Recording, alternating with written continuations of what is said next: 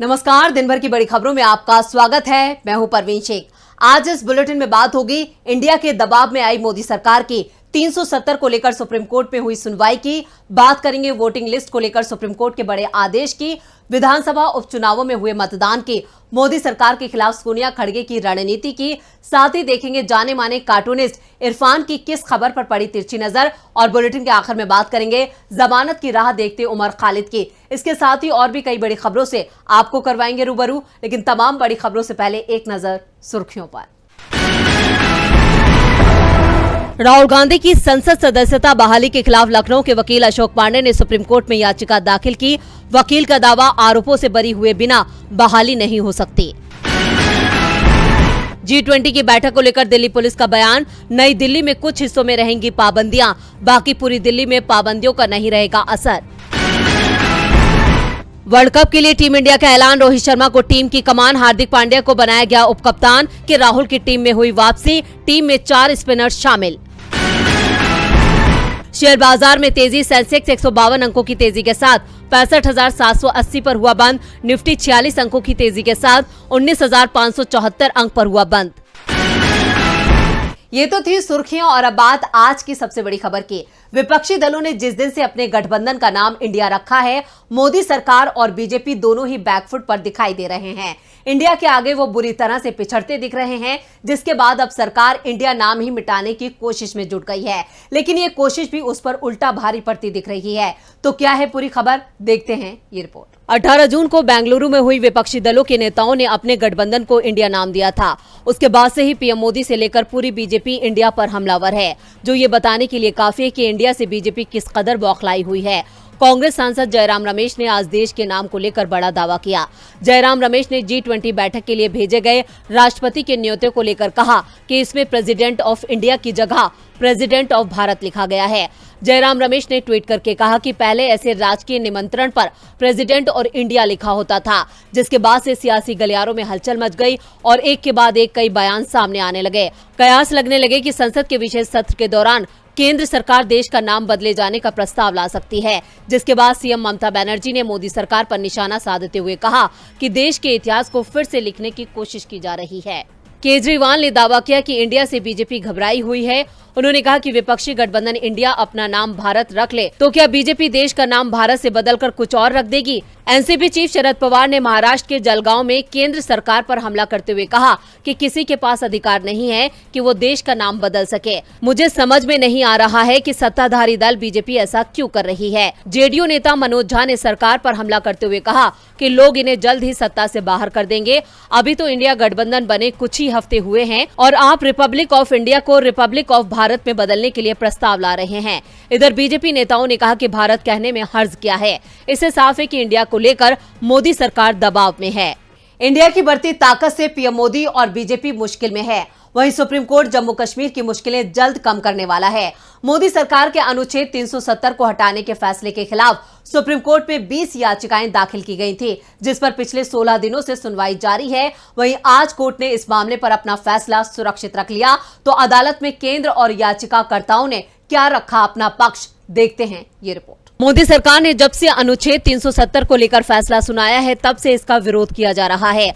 जहां एक तरफ घाटी से लेकर दिल्ली तक इस पर सियासत गरमा रही है, तो वहीं इस मामले पर सुप्रीम कोर्ट में सुनवाई हो रही है। चीफ जस्टिस की अध्यक्षता वाली 5 जजों की संविधान पीठ ने 16 दिन तक दोनों पक्षों की जिरह सुनी और आज फैसला सुरक्षित रख लिया।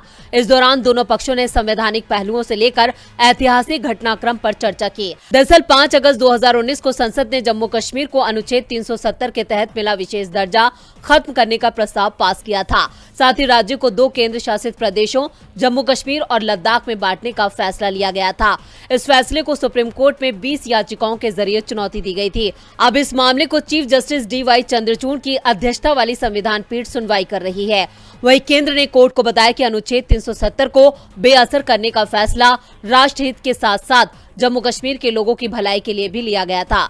अटॉर्नी जनरल ने राष्ट्र की अखंडता के पहलू पर जोर दिया। सुनवाई के दौरान सुप्रीम कोर्ट ने जम्मू कश्मीर में लोकतांत्रिक प्रक्रिया की बहाली पर जानकारी मांगी। इस पर केंद्र सरकार ने बताया कि केंद्र शासित क्षेत्र जम्मू कश्मीर में जल्द ही विधानसभा चुनाव कराए जाएंगे। वहां पर वोटर लिस्ट को अपडेट करने का काम अंतिम चरण में है। वहीं केंद्र के इस जवाब को लेकर विपक्ष ने विरोध किया। दोनों पक्षों की दलीलें सुनने के बाद कोर्ट ने फैसला सुरक्षित रख लिया। अब देखना होगा कि अगली सुनवाई के दौरान कोर्ट अनुच्छेद 370 को लेकर दायर की गई याचिकाओं पर क्या फैसला सुनाता है। 370 को लेकर क्या होगा सुप्रीम कोर्ट का रुख, इस पर देश और दुनिया की नजरें हैं। नजरें तो आज सुप्रीम कोर्ट के एक और आदेश पर थी। विधानसभा का चुनाव हो या फिर लोकसभा का, लोग जब वोटिंग के लिए मतदान केंद्र पहुंचते हैं तो उनका नाम ही वोटिंग लिस्ट में नहीं मिलता है। इसे लेकर कई बार तो हंगामे के हालात बन जाते हैं। अब इस मामले में सुप्रीम कोर्ट ने चुनाव आयोग को सख्त निर्देश दिए हैं। तो क्या है कोर्ट के निर्देश, देखते हैं ये रिपोर्ट। चुनावों के समय लोगों की सबसे ज्यादा शिकायत वोटिंग लिस्ट को लेकर होती है। वोटिंग लिस्ट से अचानक ही नाम गायब हो जाते हैं। मतदाता जब पोलिंग बूथ पर पहुंचता है तब पता चलता है कि उसका नाम ही वोटिंग लिस्ट में नहीं है, और ऐसा सबसे ज्यादा दलित और मुस्लिम समुदाय के साथ होता है। ऐसे में वोटिंग लिस्ट को लेकर अब सुप्रीम कोर्ट ने चुनाव आयोग को सख्त निर्देश दिए हैं। कोर्ट ने कहा कि वोटर लिस्ट से बिना जांच किए किसी का नाम अब नहीं हटाया जा सकता। किसी के कहने पर किसी भी व्यक्ति के नाम को मतदाता सूची से हटाए जाने पर कार्रवाई की जाएगी। नाम हटाने से पहले नोटिस देना होगा, वेबसाइट पर इसे डालना होगा जहां लोग आसानी से अपना नाम वोटिंग लिस्ट में चेक कर सकें। सुप्रीम कोर्ट ने यह फैसला देश भर में बड़े पैमाने पर वोटर लिस्ट से वोटरों के नाम गायब होने की खबरों के बाद दिया है। जिन मतदाताओं के नाम मतदाता सूची से गायब पाए गए हैं उनमें से अधिकांश अल्पसंख्यक और वंचित समुदाय से हैं। एसोसिएशन फॉर डेमोक्रेटिक रिफॉर्म यानी एडीआर के जगदीप चौकर ने कहा कि जन प्रतिनिधित्व अधिनियम 1950 और मतदाता पंजीकरण नियम 1960 के अनुसार किसी भी मतदाता का नाम उचित प्रक्रिया के बिना मतदाता सूची से नहीं हटाया जा सकता। सुप्रीम कोर्ट ने भी अब साफ कर दिया है कि कोई भी मतदाता इस प्रक्रिया से वंचित नहीं रहना चाहिए। आपको बता दें कि पिछले साल यूपी में हुए विधानसभा चुनावों के दौरान सपा तो इसे लेकर कोर्ट तक चली गई थी। पार्टी ने दावा किया था कि हर विधानसभा सीट पर करीब 10% अल्पसंख्यकों का वोट काट दिया गया था, जिस कारण से पूरा चुनाव परिणाम ही बदल गया।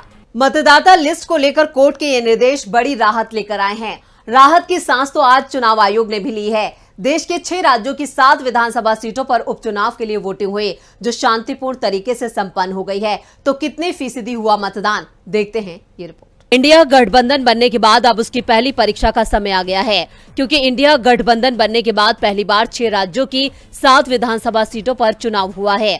वोटिंग का काम पूरा हो चुका है। 8 सितंबर को काउंटिंग होनी है। सभी 7 सीटों पर इंडिया गठबंधन और एनडीए के बीच सीधी लड़ाई है। झारखंड, केरल, उत्तर प्रदेश, उत्तराखंड और पश्चिम बंगाल की 1-1 और त्रिपुरा की 2 सीटों पर वोटिंग कराई गई है। सबसे ज्यादा वोटिंग त्रिपुरा में और सबसे कम यूपी की घोसी सीट पर हुई है। यूपी की घोसी सीट पर 54% के करीब मतदान हुआ, तो उत्तराखंड की बागेश्वर सीट पर करीब 59%, झारखंड की डुमरी सीट पर 67%, केरल की पुतुपल्ली में 75%, पश्चिम बंगाल की धूपगुड़ी में 79% और त्रिपुरा की धनपुर में 84%, बक्स नगर में सबसे ज्यादा 89% के करीब वोटिंग हुई। वोटिंग पूरी तरह से शांतिपूर्वक हुई। त्रिपुरा में लेफ्ट और कांग्रेस की ओर से बीजेपी पर धांधली के आरोप लगाए गए, तो घोसी सीट पर सपा उम्मीदवार सुधाकर सिंह ने आरोप लगाया कि अल्पसंख्यक समुदाय के लोगों को वोट डालने से रोका जा रहा है। तो दूसरी ओर बीजेपी उम्मीदवार दारा सिंह चौहान ने कहा कि चुनाव पूरी तरह से शांतिपूर्ण और निष्पक्ष हुआ है। घोसी सीट पर चुनाव दारा सिंह चौहान के इस्तीफे के चलते हुआ। इस बीच चुनाव आयोग की ओर से भी कहा गया कि कहीं से कोई अप्रिय घटना की सूचना नहीं मिली है। उपचुनावों को लेकर भी इंडिया और एनडीए आमने सामने है। इधर एनडीए को मात देने के लिए कांग्रेस ने भी अपनी कमर कस ली है। आज कांग्रेस ने 2-2 बैठकें बुलाई थी। एक तरफ सोनिया गांधी ने कांग्रेस पार्लियामेंट्री स्ट्रेटेजिक ग्रुप्स के मेंबर्स के साथ मीटिंग की, तो दूसरी तरफ खड़गे ने इंडिया गठबंधन के साथ बैठक की। तो क्या था इन बैठकों का एजेंडा, देखते हैं ये रिपोर्ट। सोनिया गांधी के आवास 10 जनपथ में आज कांग्रेस संसदीय दल की बैठक हुई, जिसमें पार्टी अध्यक्ष मल्लिकार्जुन खड़गे, अधीर रंजन चौधरी, शशि थरूर, पी चिदम्बरम, गौरव गोगोई और मनीष तिवारी सहित कांग्रेस के तमाम दिग्गज नेता शामिल हुए। बैठक की जानकारी देते हुए कांग्रेस सांसद गौरव गोगोई ने कहा कि बैठक में कई अहम मुद्दों पर चर्चा की गई। उन्होंने कहा कि सबसे महत्वपूर्ण मुद्दा संसद के विशेष सत्र को लेकर है। सत्र बुलाया गया है, लेकिन एजेंडा पूरी तरह से छुपा हुआ है। सरकार पारदर्शिता नहीं दिखा रही है। जयराम रमेश ने कहा कि ये पहला विशेष सत्र है जो बिना विपक्षी दलों के विचार विमर्श के लिए बुलाया जा रहा है। 5 दिन के एजेंडे में सिर्फ संसद की साइट पर यह दिखाया जा रहा है कि 18 से 22 तक गवर्नमेंट बिजनेस से जुड़े मुद्दे पर चर्चा होगी। ऐसे में क्या विपक्ष को अपने मुद्दे उठाने का मौका नहीं मिलेगा? तमाम मुद्दे विदेश नीति से लेकर सीमा की सुरक्षा के मुद्दे हैं। हम हर मुद्दा उठाने की कोशिश जरूर करेंगे। दूसरी ओर गौरव गोगोई ने बताया कि इसके अलावा दूसरे कई अहम मामलों पर भी चर्चा की गई, जिसमें विशेष रूप से देश की आर्थिक समस्या को लेकर मंथन हुआ, बेरोजगारी और महंगाई को लेकर चर्चा की गई। साथ ही हिमाचल प्रदेश में प्राकृतिक आपदा और मणिपुर में जो अभी अस्थिरता बनी हुई है उस पर भी चर्चा की गई। गौरव गोगोई ने कहा कि अडानी को लेकर विदेशी मीडिया और स्वतंत्र समाचार पत्रों में खबरें छपी हैं, जिसे लेकर राहुल गांधी ने भी पत्रकारों के सामने देश की चिंता को बताया है। सरकार क्यों जांच नहीं करा रही है? हम जांच को लेकर अपनी मांग पर कायम हैं, क्योंकि ये काफी संवेदनशील मामला है। कांग्रेस सांसद ने कहा कि बीजेपी की विभाजनकारी एजेंडे के चलते देश में कई जगह अस्थिरता के हालात हैं। नूह सहित देश के कई स्थानों पर टकराव के पीछे बीजेपी का एजेंडा है। 2024 में इंडिया एनडीए पर भारी पड़ने वाला है। इधर एमपी में बीजेपी नेताओं की नाराजगी बीजेपी पर भारी पड़ने वाली है। उमा भारती का दर्द तो उनके बयान में झलक ही रहा था और अब उमा के साथ पूर्व लोकसभा अध्यक्ष का दर्द भी सामने आ गया है। क्या है पूरी खबर, देखते हैं ये रिपोर्ट। मध्य प्रदेश विधानसभा चुनाव का ऐलान 1 से 1.5 महीने में होना है। बीजेपी चुनाव प्रचार में पूरी ताकत झोंक चुकी है। पूरे प्रदेश में आशीर्वाद यात्रा निकाली जा रही है, लेकिन ये आशीर्वाद यात्रा भी विवाद में फंस गई। पार्टी की दिग्गज नेता और पूर्व सीएम उमा भारती को इस यात्रा का न्योता नहीं मिला तो वो नाराज हो गई। यहाँ तक कह दिया कि पीएम मोदी के कार्यक्रम में भी अब नहीं जाऊंगी, पार्टी बुलाएगी तो भी नहीं जाऊंगी। बीजेपी उमा भारती को मनाती उससे पहले पूर्व लोकसभा अध्यक्ष सुमित्रा महाजन की नाराजगी सामने आ गई है। इंदौर से लगातार 7 बार लोकसभा का चुनाव जीतने वाली सुमित्रा महाजन भी अपनी पार्टी से नाराज हो गई हैं। उन्होंने कहा कि जो लोग बीजेपी छोड़कर जा रहे हैं उनके लिए मैं कुछ नहीं कह सकती, लेकिन जो लोग सालों से बीजेपी में हैं और पार्टी के लिए काम करते आए हैं उन्हें पार्टी में इज्जत और सम्मान मिलना चाहिए। ऐसे लोगों की नाराजगी जायज है और इनमें मैं भी शामिल हूँ। साफ है, सुमित्रा महाजन ने अपनी नाराजगी का एहसास पार्टी को करा दिया है। महाराष्ट्र की इंदौर में जबरदस्त पकड़ है। ऐसे में विधानसभा चुनावों से पहले उनकी नाराजगी बीजेपी पर बहुत भारी पड़ सकती है। महाजन 16वीं लोकसभा, जिसका कार्यकाल 2014 से 2019 तक रहा, उसमें लोकसभा अध्यक्ष रही थीं। लेकिन 2019 के लोकसभा चुनाव में पार्टी में उम्र का हवाला देते हुए सुमित्रा महाजन को टिकट नहीं दिया था और महाजन ने भी पार्टी के फैसले को स्वीकार कर लिया था। लेकिन अब उनकी नाराजगी खुलकर सामने आ गई है, जिसका बीजेपी को बड़ा नुकसान हो सकता है। मध्य प्रदेश के बाद देखते हैं कि जाने माने कार्टूनिस्ट इरफान की किस खबर पर पड़ी तिरछी नजर।